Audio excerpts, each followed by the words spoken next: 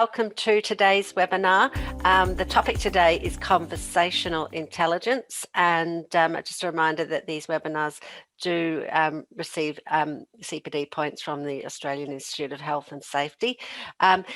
Today's webinar, before I introduce Debra, I'll just mention if you have any questions, please put them through the quick Q&A panel during the webinar, and we'll endeavour to answer them at the end. If you want to chat to each other or to the presenters or to me directly, you can use the chat panel. The webinar, as with all of our webinars, is being recorded, and a video and a podcast, and any links for contacting Debra will be included in an email later today. So as I said, today's webinar is on conversational intelligence. It is being presented by Debra Burlington, and she is the Director of Enhanced Solutions. Debra has been providing coaching and facilitation for individuals and organisations for over 20 years.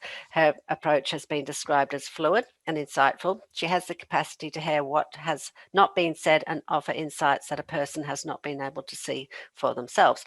She truly believes in the capacity of the people she coaches and trains to bring awareness to the habits of behaviour that are holding them back and make different choices. She recently authored a book aiming at informing people about effective coaching conversations, and is called upon by a number of organisations to coach and train their senior leadership team.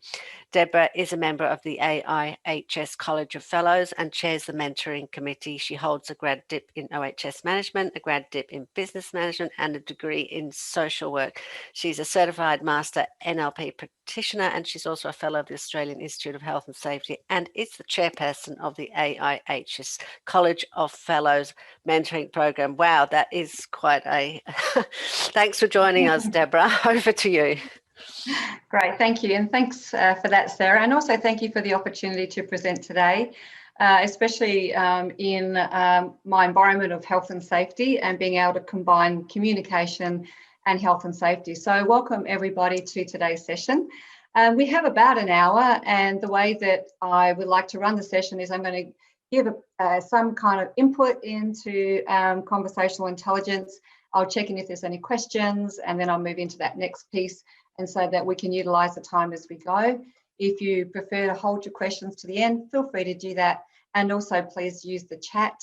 Sarah will keep her eye on the chat so that I can really concentrate on the information that I'd like to offer you today. As Sarah said, I utilise the conversational intelligence every day in my health and safety work, and I work with a lot of organisations on being able to have a conversation that really matters. And so you may have heard of Judith Glasser, and Judith Glasser is one of the experts in conversational intelligence. She's written many books. And so when I was sort of thinking about the context for today's session, I do have her book, and I refer to it. And so she said that conversational intelligence is essential, as conversations are the way we connect and we engage and we navigate and we transform the world. And one of the things that I hear myself say a lot is the way that we do make change is one conversation at a time. And those of you in the health and safety world will know that that is how we do safety and we implement safety, is that one conversation at a time. And so part of creating conversational intelligence is to really have a look at how can we utilize, how can we make use of the conversations that we have in order to engage, to inspire, and to bring people along with us on the journey. And one of the things that, since I've been really interested in this whole topic, one of the things that I've become aware of is the moments that we might miss in order to have that conversation that just might make that change. And maybe we don't really put enough emphasis and importance on that one conversation, because you never know when what you say is going to have an impact on someone, and you never know what that impact's going to be.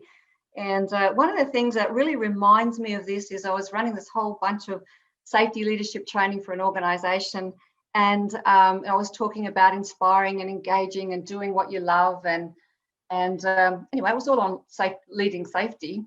And I was really lucky. A few weeks later, I was sitting in an office at the same place waiting to run the next session. And this guy walked past and he stopped and he came back in and he sat down. He said, "I don't you remember me. I did one of the earlier courses and I'm an electrician here." And I said, "Oh yeah, you know, I meet 3,000 people a year. So yeah, sure." And he said, "You know what, after what you said, after that conversation I had with you, I quit being an electrician and I decided to go and follow my passion, which was law. So I've actually now just enrolled in law school and I am now following my passion." And that was like, for me, it just was not what I was expecting, but it reminded me that just a conversation about that little thing triggered something for him. And now he's on a path to doing something he loves. So today we're going to have a really brief look at how to utilize a number of key conversational intelligence skills in order to conduct impactful conversations, motivate, encourage, and engage, inspire other people to act. So we're going to cover firstly how to prepare and structure for an impactful conversation. I'm going to talk about how to understand how other people map their worlds. And I'm also going to, if we get time, cover precision questioning. We may not get to that. I would rather do a number of things really well than try shoving lots and lots and lots of different things and we don't get to cover it. So I'll just move at a pace and then I'll put in the next piece as we get to it. And so in terms of what is conversational intelligence is, oh, now my screen has frozen. Why? Interesting. Just give me a sec. I'm gonna stop that one and I'm gonna go back into share screen. I'm gonna try that again and any moment now we'll have Shazam, it'll work. Okay, so ta-da! So what makes an impactful conversation? And what makes an impactful conversation, of course, is the ability to unravel a conversation and create an understanding between two or more people. And so really that's what an impactful conversation is in my experience. So I firstly just want to start with having a look at how do we prepare for an impactful conversation. And I know that in the world of safety, in the world of most businesses, we are busy people. We've got a lot of things on our plate. We're juggling lots of different things. We got, you know, this week I was talking to an organization about priorities, and they were telling me they've got, you know, all these priorities that they have to do. And I was saying, well, I thought the word priority meant one thing. So we had a conversation around what is a priority. But having said that, given that, you know, once we start realizing the power of our conversations and really making those conversations matter, one of the key things is to prepare for a conversation. And often we think, oh, I've got to go and speak to Sarah about this, or I've got to go speak to Bob about that, and boom, off we go, and we have the conversation, and then we walk away and go, oh, I forgot to say whatever. I don't know, you know, I don't know whether you've had that experience where you've gone and had the conversation with someone, and then you sort of get sidetracked all over the shop, and then you walk away and you go, oh, I didn't actually talk to them about what it was that I went to talk to them about, because there's so much going on. And so preparation, like anything, preparation is a real key, especially if it is about creating an impactful conversation. So I thought I'd start off with some ideas and some ideas around how can we prepare for an impactful conversation. So that one of the things that we can do is we can think about who are we going to have the conversation with. Now that might seem really basic, but when I talk about who are you going to have the conversation with, I'm talking about the kind of things like, what kind of personality structure has this person got? And again, it's really thinking through, because sometimes, you know, people are real global thinkers. And so and then some other people on the other end of the spectrum are detail people. So some people are global, and when you go and speak to them, they just want the big picture. They just want 4 key things, the 4 key outcomes, or the big picture. And if you are able to give that to them in their way of seeing the world, then you'll be able to have an impact and bring them along with you. On the other end of the spectrum, we have people who are more detailed. So they really like to know the detail, the ins and outs. What do you mean by that? By what time? What are you talking about? And so if we are aware even about that, just that kind of picture of, are they a global kind of person? Are they a detailed kind of person? Then when you go and have a conversation with them, you can think about, okay, well, do I need the big picture or do I need a little bit more detail? And by knowing that about the person, that's really easy to pick up, because with the global people, if you give them too much detail, you see them goof off and go into some other la-la land. So, you'll know that. And also you'll know a person's a detailed person if you give them the bigger picture, and then they start asking you lots of questions. So in future that person is more detail orientated. And so it's really important to think about which way that person go. Also being aware of, is the person a more quieter spoken person? And so then when you go and have a conversation with them, keeping that in mind. Is the person more of a talker? Do they talk and talk and talk and talk? So if they do, think about what you need to do in order to have the impact. So just taking a couple of quiet moments and thinking through, okay, what do I know about this person? Who are they? What will they need from me? What's the best way of communicating with them? Because of course, we also need, when we're thinking about the who, we think about what kind of personality structure do they have, but we also need to think about, how does this person take in their world? And so again, that we can think about and reflect on our conversations with that person in the past, or the people in the past, and we can think about, well, are they more visual? Because a more visual person will respond really well to a video or to a picture, a diagram, or something to show them about what it is you're talking about. And so they'd be quite happy to have a meeting with you, and you can show them a few slides like these, or a video, or a map, or a diagram, and they'll be fine. Some people are better at listening, so they don't need to see you. They're quite happy to talk to you on the phone because they're more auditory. So they'll bring the world in more auditory. So is the way you're presenting your information going to land for them?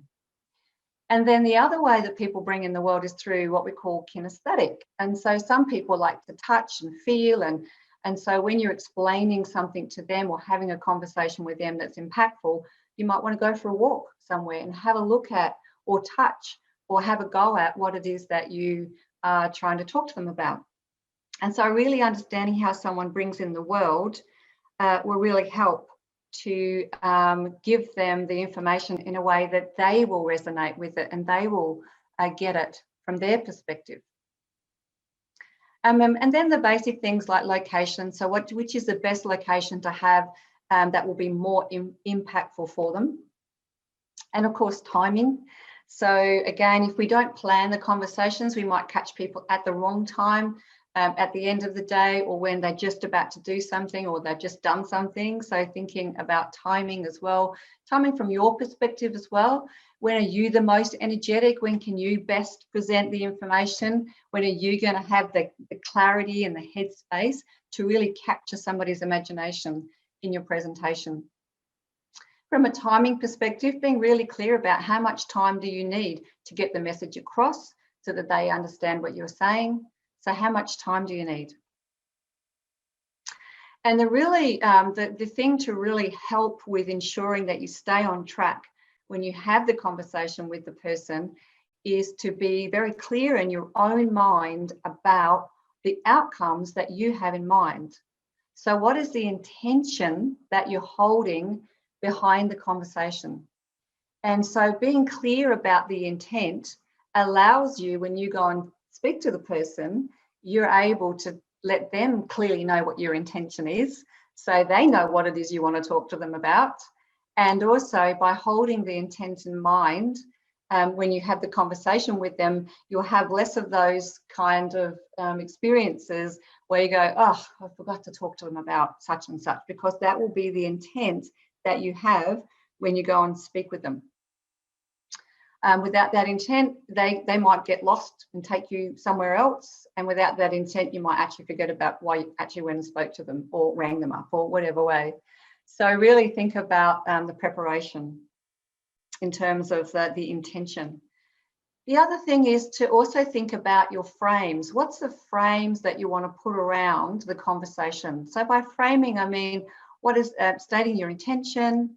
It's about being clear about what the outcome is that you're looking for, what you need from them, what the key aspects of the conversation might be. So again, thinking about the framing, the time frame that you've got. So being clear about that. Sometimes it helps, not all the time, obviously. If you did this all the time, you'd never get anything, any conversations done whatsoever. But sometimes when you're just about to have what might be perceived as a really intentional conversation, some people call them difficult, some people call them courageous, whatever, you know, whenever you kind of really want to be clear about your intention, your outcome, making sure that it's an impactful conversation. Sometimes it's helpful just to write out a little script before you go and see them, like so you have some clarity and like a little agenda that you can keep in your own mind and keep you on track. Especially if you are a detailed person and you're going to go see someone who's global and have a conversation with them, you want to keep those key points in mind so you keep them engaged as well. So sometimes developing a script can be helpful. So that's the preparation phase. And so in terms of preparation, one of the things to think about too is once you're prepared, then you can start thinking about, okay, well, how am I actually going to start an impactful conversation? Where do I start from? So all this preparation here will help you think about how to actually start a conversation. And so from the preparation, so for instance, when I was working with one guy, I was coaching a guy, he had the really difficult job of going to speak to one of his team leaders about a hygiene issue. And so he was really not quite sure how he's going to have that conversation, but the team started to really hassle him and say, look, you've got to go speak to them. We can't work with him. He just cut his hygiene. And so we coached around that, and he used this preparation process to go and have that conversation. And he thought about how he was going to start the conversation with the person so that they knew what it was that he was going to talk to them about. They weren't kind of trying to be lost in the dark by trying to guess what he was trying to talk about. And he had some clear openings to start a conversation, which was quite challenging for him. And so what he did was he used all of these kind of hints here. And when he went and spoke to the person, the way he started that conversation right up front was, hey, Bob, I've got to talk to you about a hygiene issue. I've had some feedback about your team members, so I need to spend maybe 15, 20 minutes talking to you about this issue and working together about how we can actually take some action around it. So he was clear, he was upfront, he had the script, the outcome, the intention, and he didn't ambush the person or sneak up on them or pretend that was like, hi Bob, how you going? Yeah, no problems. And then you sneak into that conversation. And the other person, you know, we communicate on many different levels. And so if the person thinks you're ambushing them or you've got a secret agenda or a secondary agenda running, they will know that that's the case, even though we think that we've been able to bamboozle them and pretend that, no, we're talking about something else. And so by having the script and intention in mind, and then starting the conversation really clearly with, this is my agenda, this is my intent, this is what I'd like to achieve, this is how much time, then the other person's not trying to second guess what the hell is going on. And from there, you can have a mature, emotionally intelligent conversation. So those two things, preparing and then also how to start an impactful conversation, are the first two key points. So I just want to pause for a second, ask if there's any questions or comments coming up, Sarah, before I move on. Not at this stage. Good. Okay, so we've prepared for our conversation. We've started and structured the conversation. The other really key point of having an impactful conversation is ensuring that we have checked in with understanding with the other person. And this was raised for me during the week when I was talking to a person I was coaching, and she said that she had practiced all of this, and she'd had a conversation with someone, and I asked her, and she was going back in to meet her new team and explain to them what she wanted. And I said to her, so how are you going to check in with them, whether or not they understand what you're talking about? And she said, oh, look, I'll just ask them. And I said, great, how? What would you use? What words would you use? Now, if we were having a webinar, I'll be asking you what words you would use. But she said, oh, I'll just say to them, is that okay? I said, okay, what else could you use? She said, well, is that clear? And I said, okay, what else could you use? And she said, well, do you understand? And I said, look, they are all great, but knowing people as we do, the most likely answer she's going to get is what? And I can hear you all saying, people are going to say, yeah, yep, good, okay. And so the thing is that none of those will actually help you to check that the person's really on the same page with you, that you've had an impactful conversation and there's common understanding. And so what I suggested for her in terms of checking for understanding was saying something really simple to the person, like, just so I understand and make sure that I've given you all the information that I need to give you, would you mind just letting me know what you heard? And then I can check that I've given you everything, and I can give you whatever else I need to give you. So in that way, we're really checking that we have actually given the person all that we intended to, but we also check that we've got that common understanding. So it's just having a look at a different way of making sure that we're both on the same page. So in terms of communication, as we know, people communicate on lots of different levels. And while we're communicating, while we are having a two-way conversation, part of it, as I said at the beginning, is unraveling understanding and reaching a common understanding of what we're talking about. And so a part of doing that is being able to understand how a person maps their world. And so a part of having empathic conversations or really understanding another person's world is being able to understand, how do we actually do that? How does a person take what's out there in reality and bring it in, create their sense of what's going on out there? And then, because I don't know about you, but sometimes I watch someone and they do something or they say something, and I think to myself, wow, where did that come from? Why would a person do that? And so it's fascinating to try and understand exactly, if as much as humanly possible, how a person maps a world. And so this slide, the next slide is, it starts to help us understand if we want to have a conversation with someone about their way of seeing the world, then we can think about it from this perspective. And so what happens, so what starts us off, of course, is there is an external event of some sort. So something happens out there and we are all looking at it and listening to it and feeling it. And we take the external event and we bring it into our minds, our thinking process, in order to make sense of it. So that's what we do. We make sense. We're meaning makers. Humans are meaning makers. We're map makers. And so when a person has a sense that there's an external event, what happens is we create an internal representation of that external event. Now, the interesting thing about humans, of course, is we have a negativity bias. So we tend to think, oh my God, things are going to go bad. And so even though they haven't even started yet, nothing's happened yet, we tend to create an internal representation of what's going on out there. And often it will be from a negatively biased perception. And so rather than creating a blockbuster movie of what's going to happen, how fantastic it's going to be and how fabulous it's all going to work out and how terrific everything is, we can often run the map of, oh, things are going to go bad. And especially in our industry in health and safety, that's our job.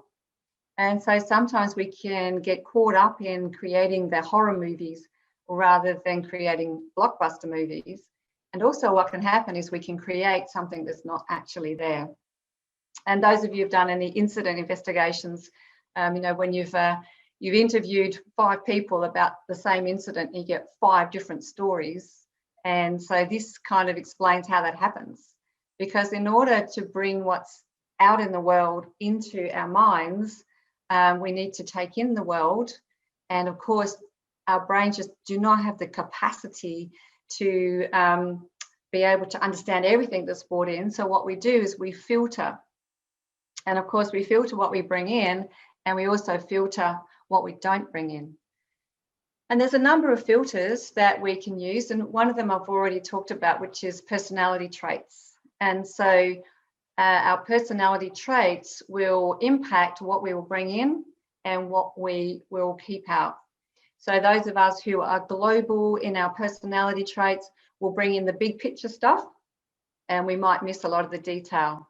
Those of you who are really detail people, you will see all the parts, and you will think to yourself, why can't that person see all these little details here? And so that will impact what we bring in and what we keep out.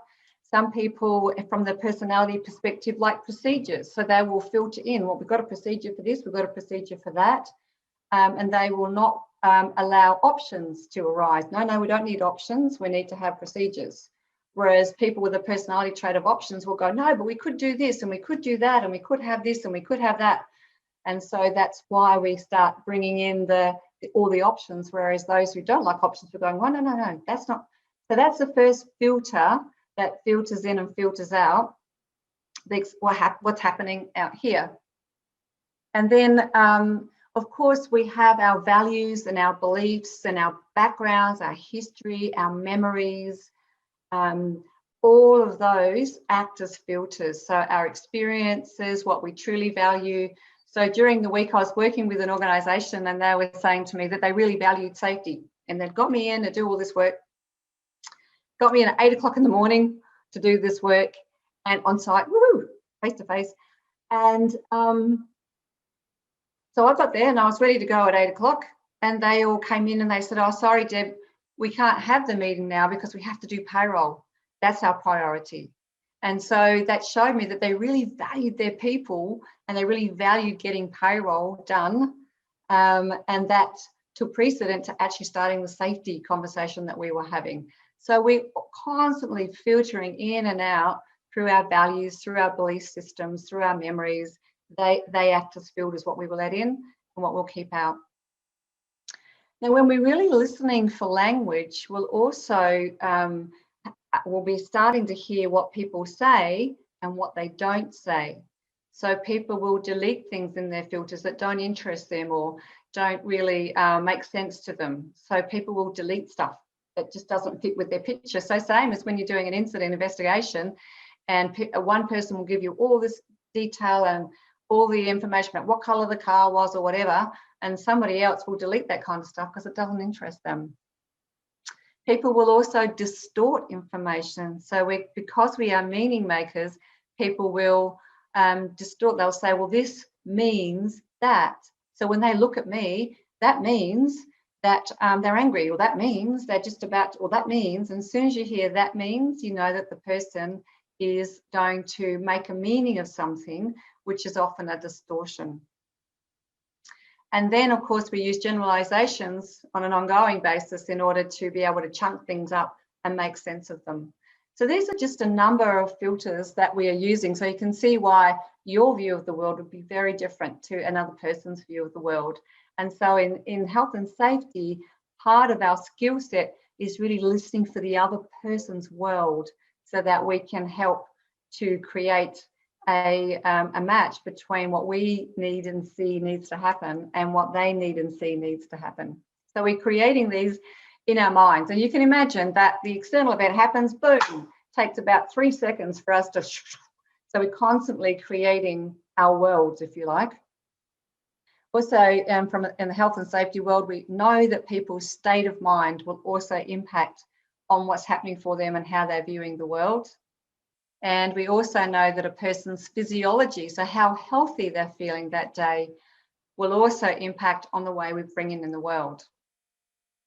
So all this happens and we're creating our worlds, and we're all creating them at the same time, which makes it all fun and fascinating.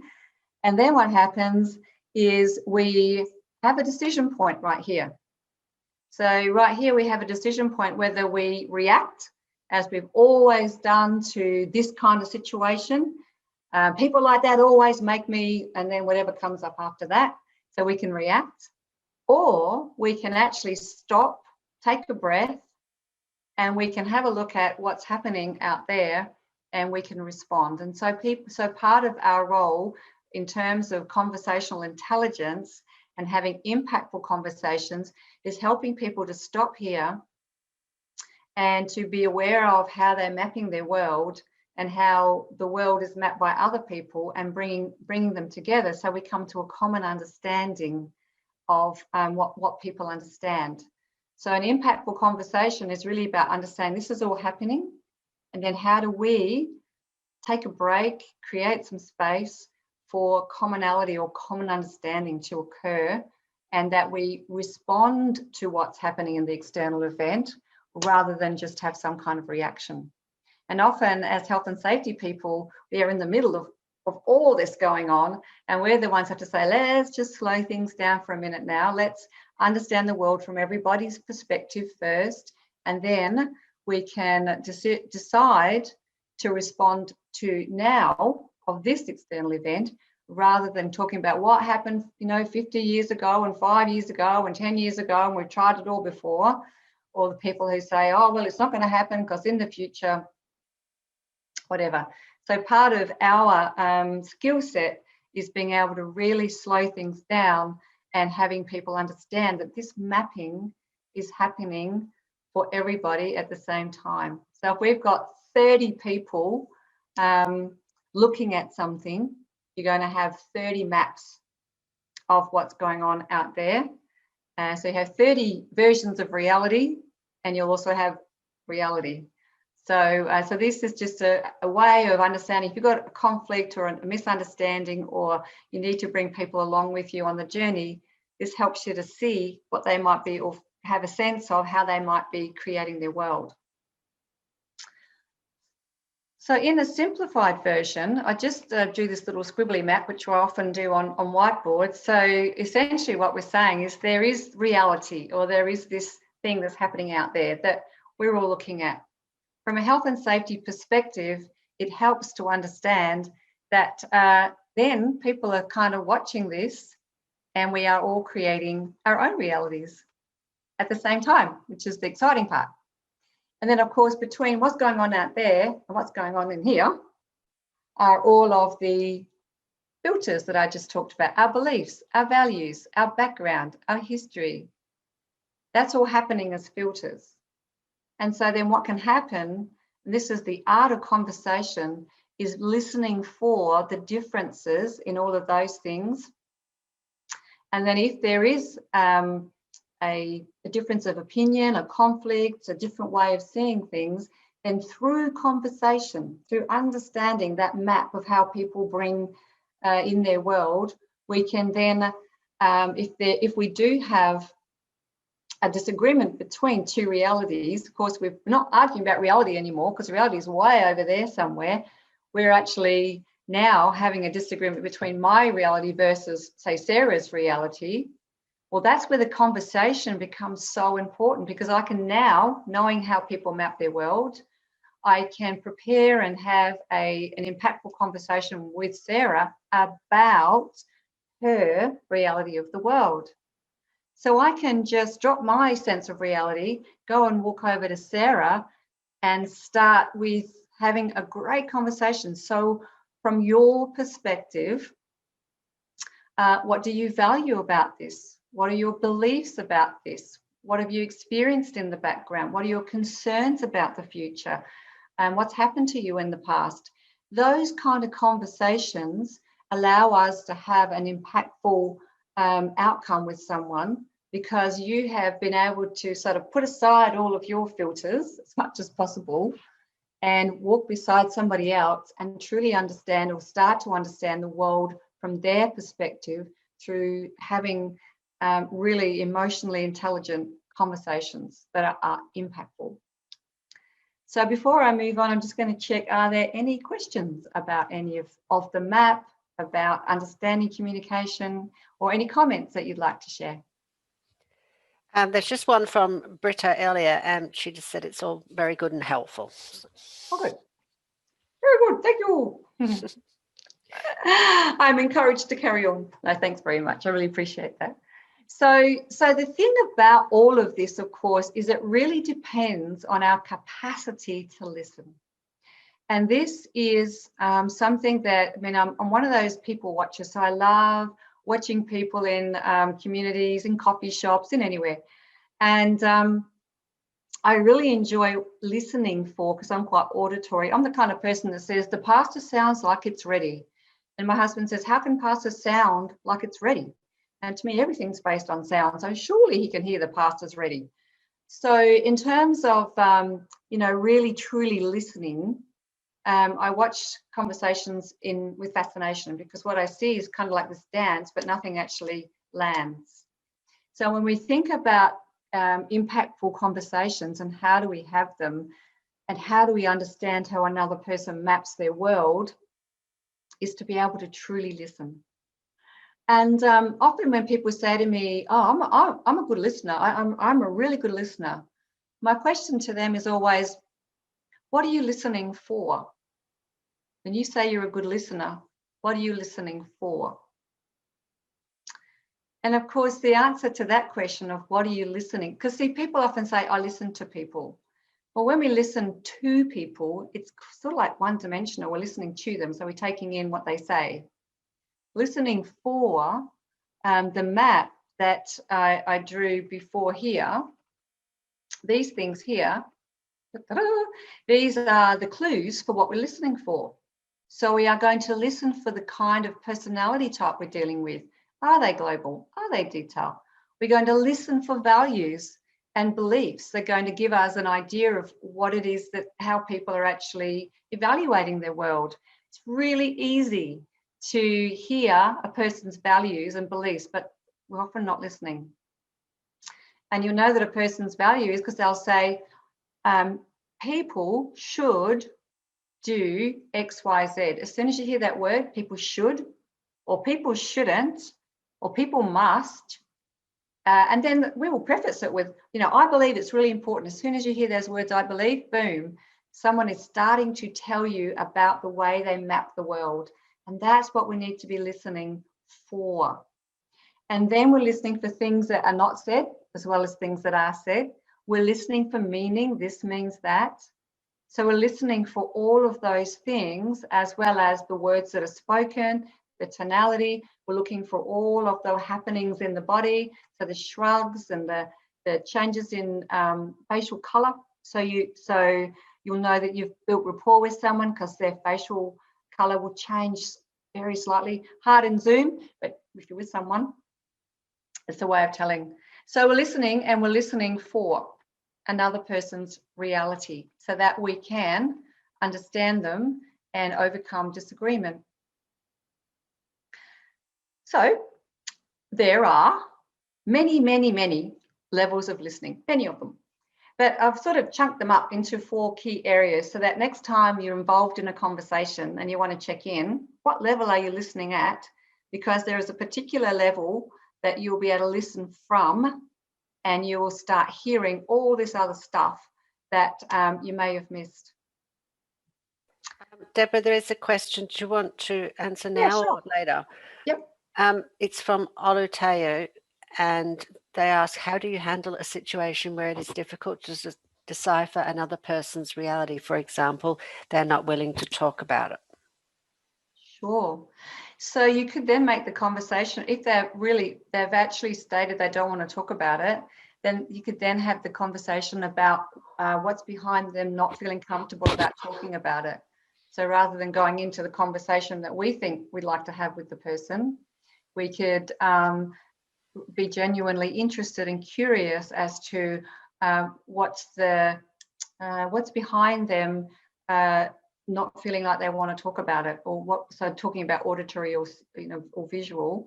So I'd be curious to discuss what's behind them not wanting to talk about it. Make that the conversation rather than the original conversation. Okay. Yeah.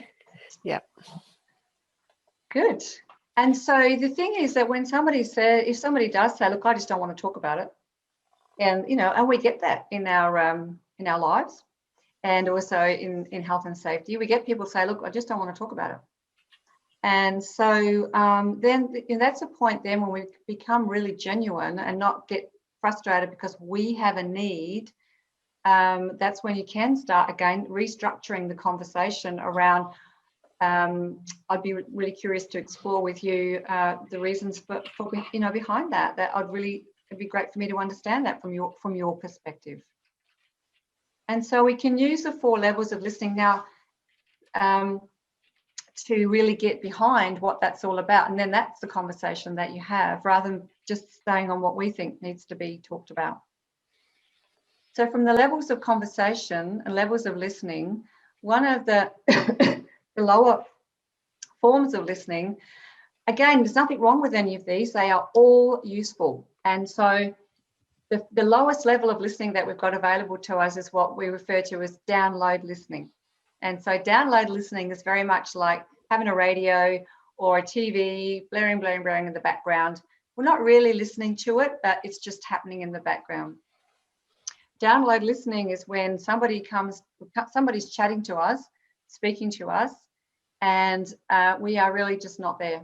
And so we see their mouths working like that, but we don't actually hear what they're saying. We might hear sounds, but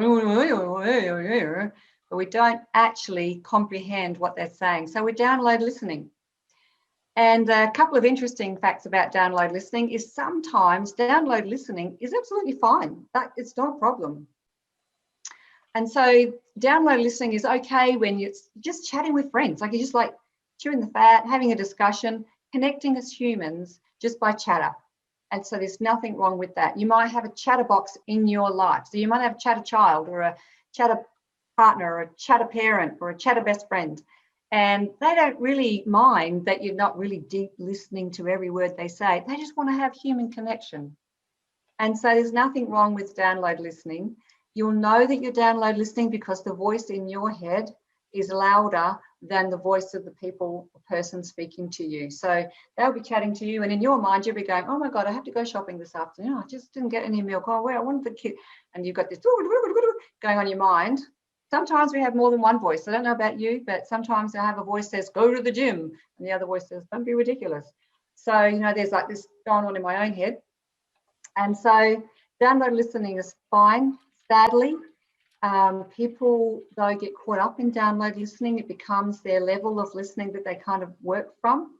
And so they are so busy thinking about what they're going to say next or judging what the other person is saying, little voice going on, oh, I can't believe that. I can't believe they said that. I just can't believe they did that. So there's not much silence going on in here. Problem 2 sometimes with download listening is that we pretend we are listening. And so we have a not listening face, which we put on. This is mine. So if you ever see that, it means I'm not listening. Just my not listening face. We've all got one. If I could see all of your faces, I'd probably see one in the last 30 minutes will pop up and then you'll be back. The problem with our not listening faces is that sometimes we think we've got away with that. And you probably know someone in your life, you go and see them, you go and speak to them, they do the whole, got their not listening face on, and you walk away and at a cellular level, they have not listened to you. And so we need to be aware that we are using download listening in the right context, but we're not listening it in contexts that really, really matter. And so we need to be aware of that. Next level down. And in health and safety, we'll use factual listening a lot. So factual listening, again, we're just listening for facts. When, where, how, who, what was next, then what happened. So it's very factual. And in safety, we need to sit in factual. Again, nothing wrong with that. And it is a key part of our job. The thing about factual listening is often we are listening for facts which interest us. So again, it's not necessarily about the other person or understanding the other person. It's often more about understanding what we need. So we're asking for facts which help us to understand our world, not necessarily the other person's world. So it's again a good skill to be able to have. It's not necessarily, though, going to allow you to fully understand the map and have impactful conversations with others because factual is not going to necessarily help you to understand how the person's mapping their world. And so the level of listening that's truly going to allow you to listen for and understand how the other person maps their world and have impactful conversations that allow you to unravel something, a disagreement, an understanding, a reason why a person might not want to talk about something, is truly coming at it from an empathic level. And empathy comes from empathy.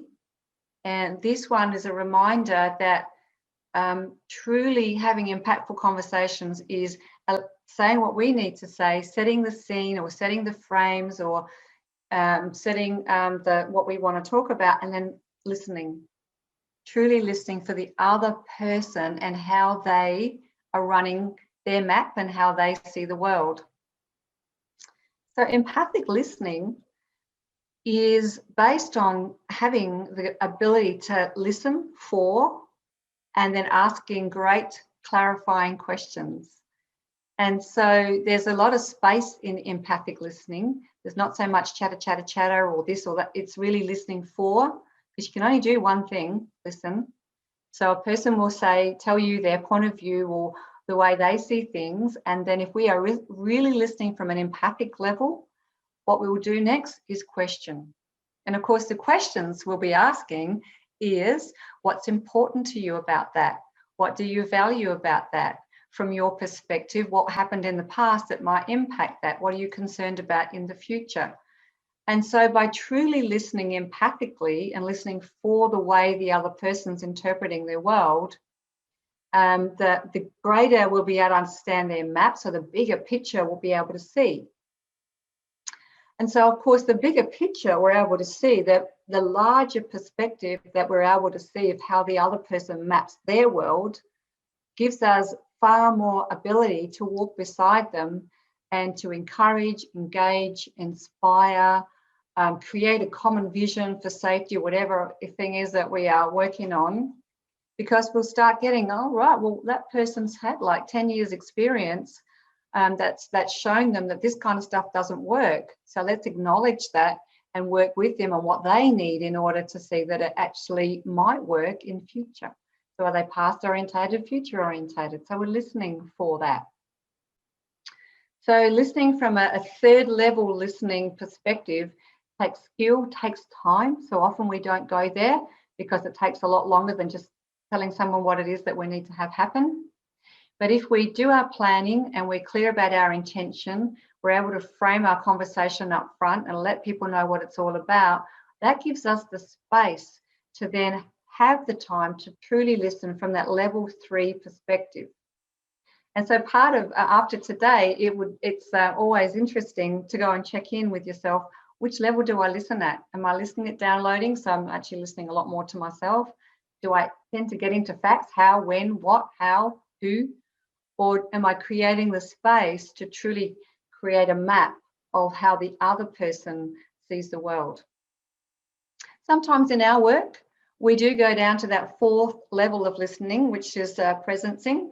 And presencing is the ability to stay really still, to create a space that is safe for the other person to just truly speak their truth. So to talk about what's happening for them, what their experience is. So as I said, in our kind of work, we can sometimes go into that 4th level of listening. It looks like download because there's not much going on up here. But the difference from download is in download, you've got this going on. When you get down to presencing, this is pretty much silent up here. So there's not much going on. So you kind of know which level of listening you're listening from by how much is going on up here. So we go down from very noisy through to quite silent. So to enable us to really have the impactful conversations, empathic is where we need to be sitting. Questions, comments? We've got about, what time is it? We've got about 10 minutes. So before I launch into the last bit, are there any, I'm curious to hear any comments or questions people might have about what we've covered so far.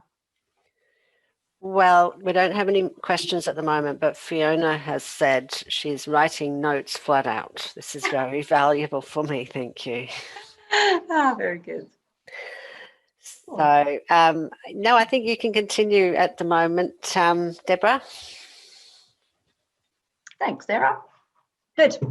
All right. So the final piece. So we've talked about planning, and we've talked about creating, we've talked about how do we start one, and we've talked about what level we need to be listening from in order to have that impactful conversation.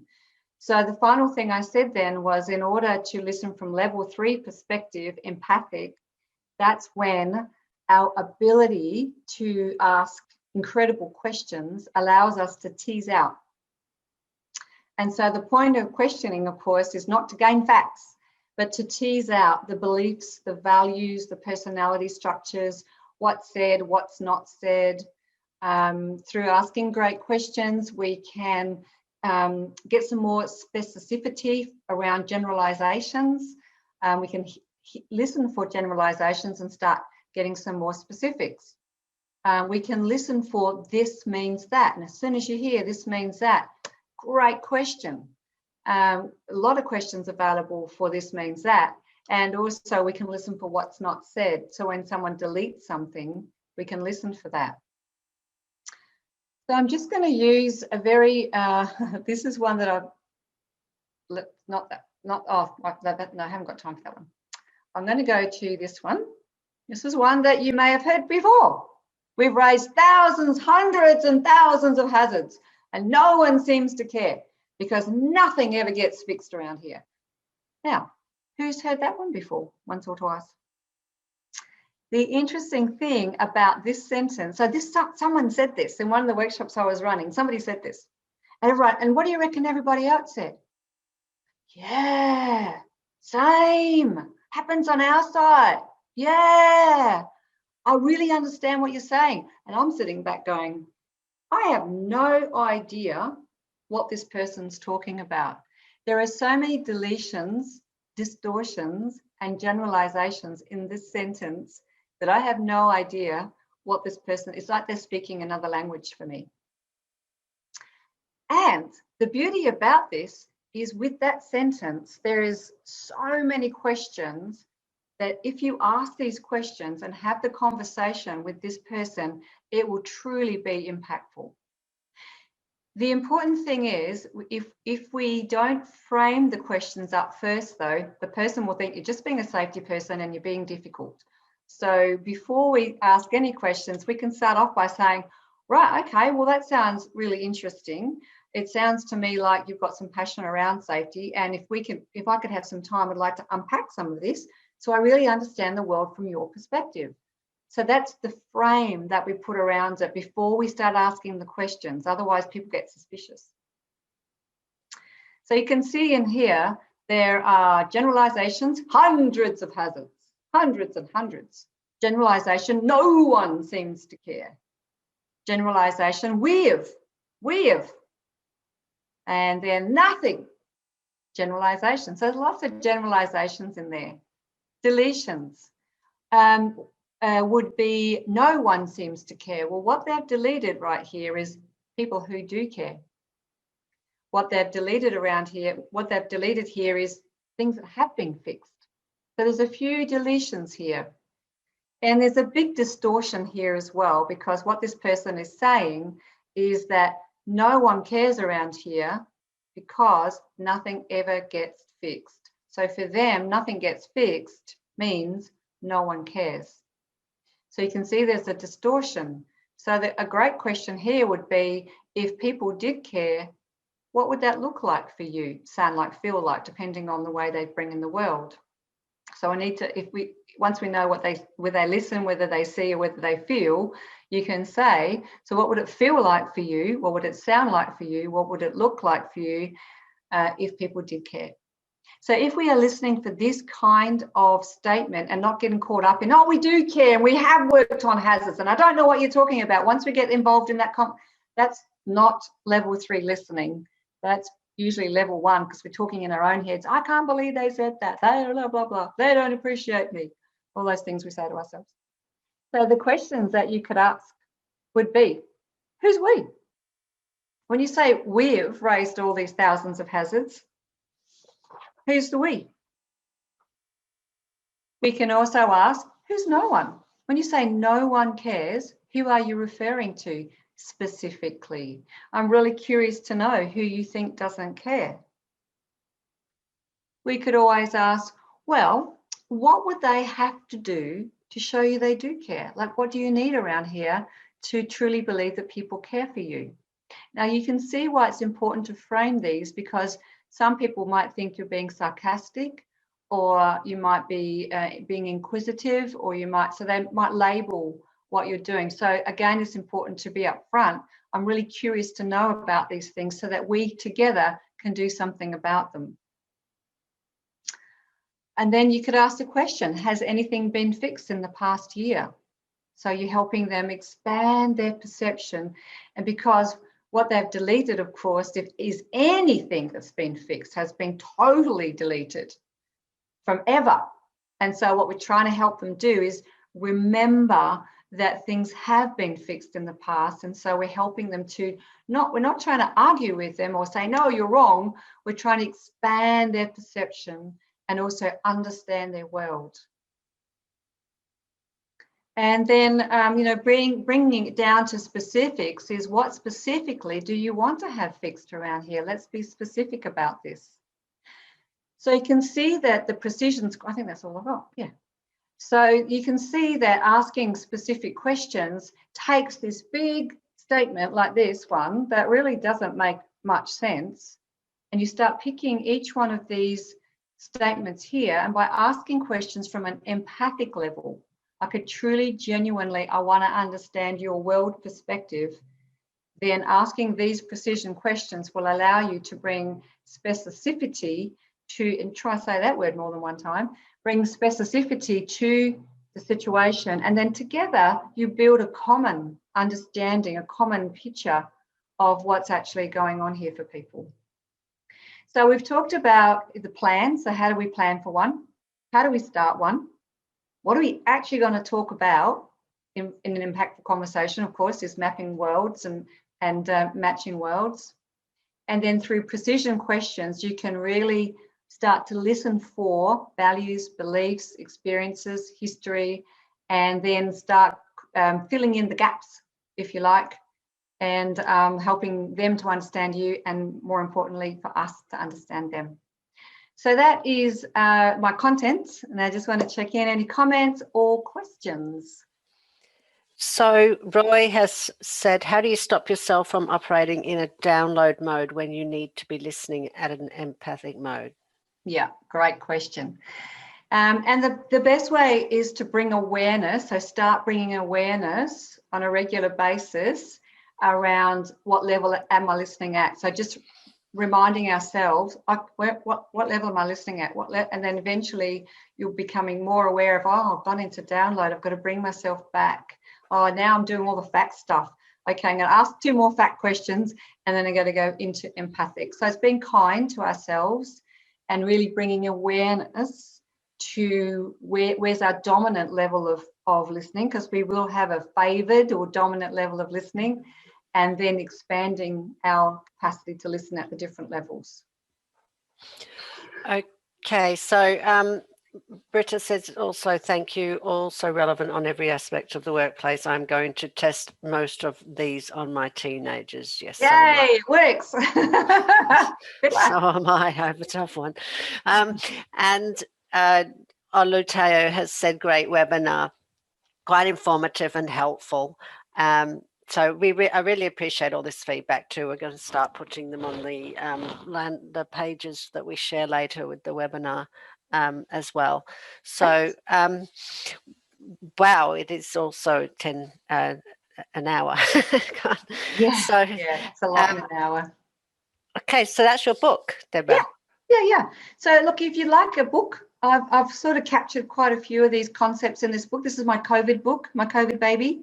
So when the last 12 months I wasn't allowed to come and talk to anybody or go into anybody's organizations, I sat down and wrote a book, as you do. And so if you'd like one, you can email me, ring me, or jump on that website and just fill in the things and I'll mail one out to you. So it was one of my tips that I wrote for people, and there's no cost.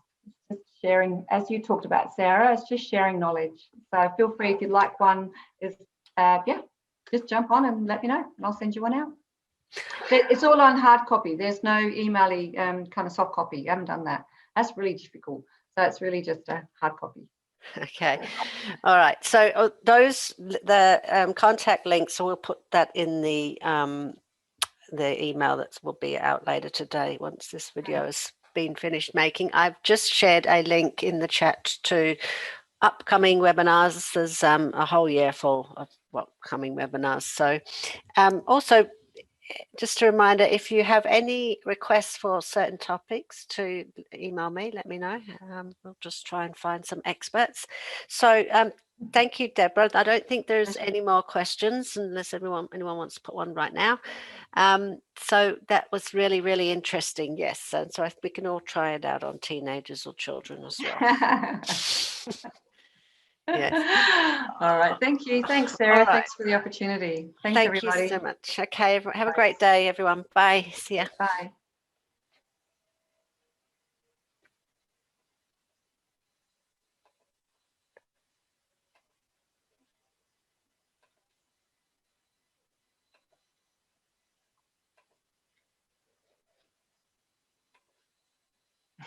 Sorry, Debra, I'm trying to save the chat because I've never done that before. So, but I've worked it out now, so that's great because I think it's really useful to share. Thanks a lot, Debra. We'll talk soon again. Yeah, thanks, Bye. Sarah. See ya. Bye then.